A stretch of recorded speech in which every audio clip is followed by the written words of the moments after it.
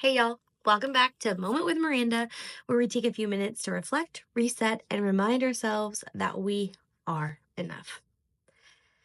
Today might get a little bit emotional, but it is also a little bit bold because I want to talk about what it looks like to finally come home to yourself after several seasons of just plain survival. This past year, you know what? Nope. Honestly, the past few years have been full of growth, lots of pain, rebuilding, and making decisions that were not easy. And sometimes I felt like I wasn't even ready for, but everything was necessary.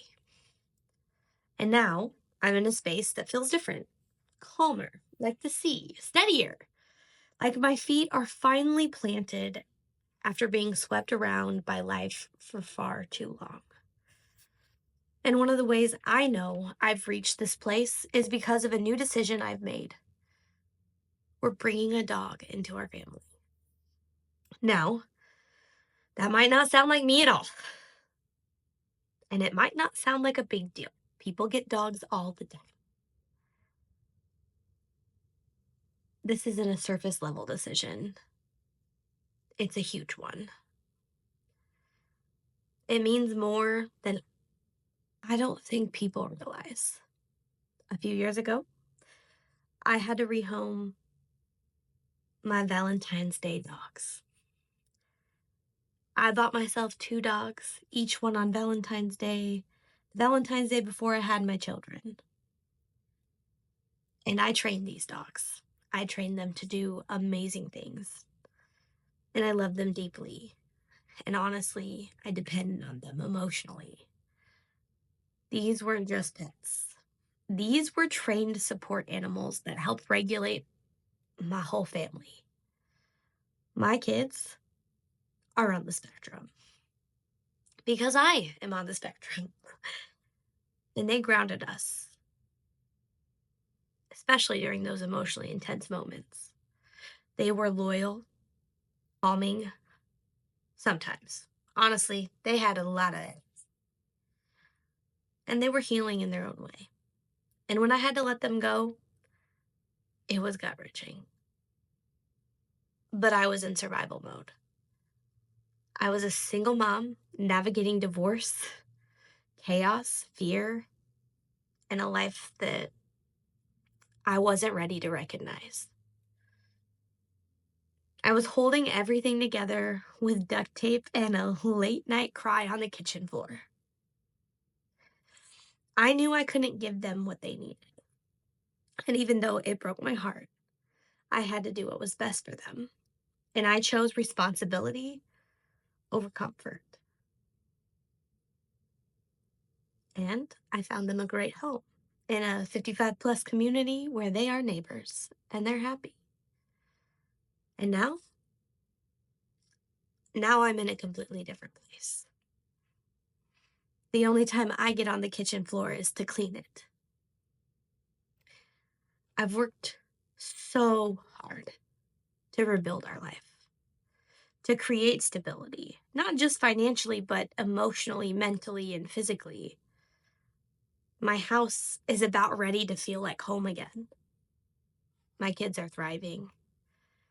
I've done lots of work.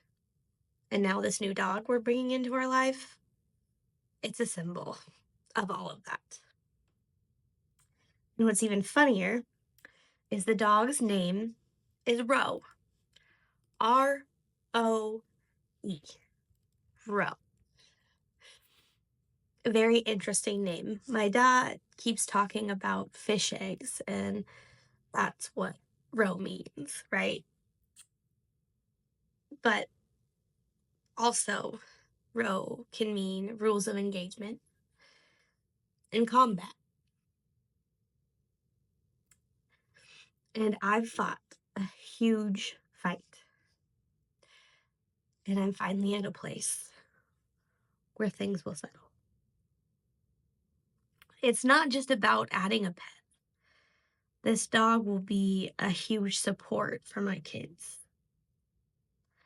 But also, as many of my closest friends have reminded me, she'll be a huge support for me too.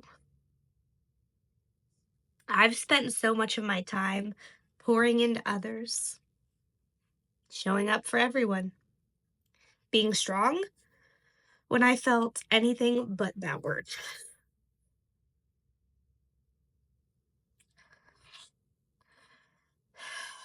That I forgot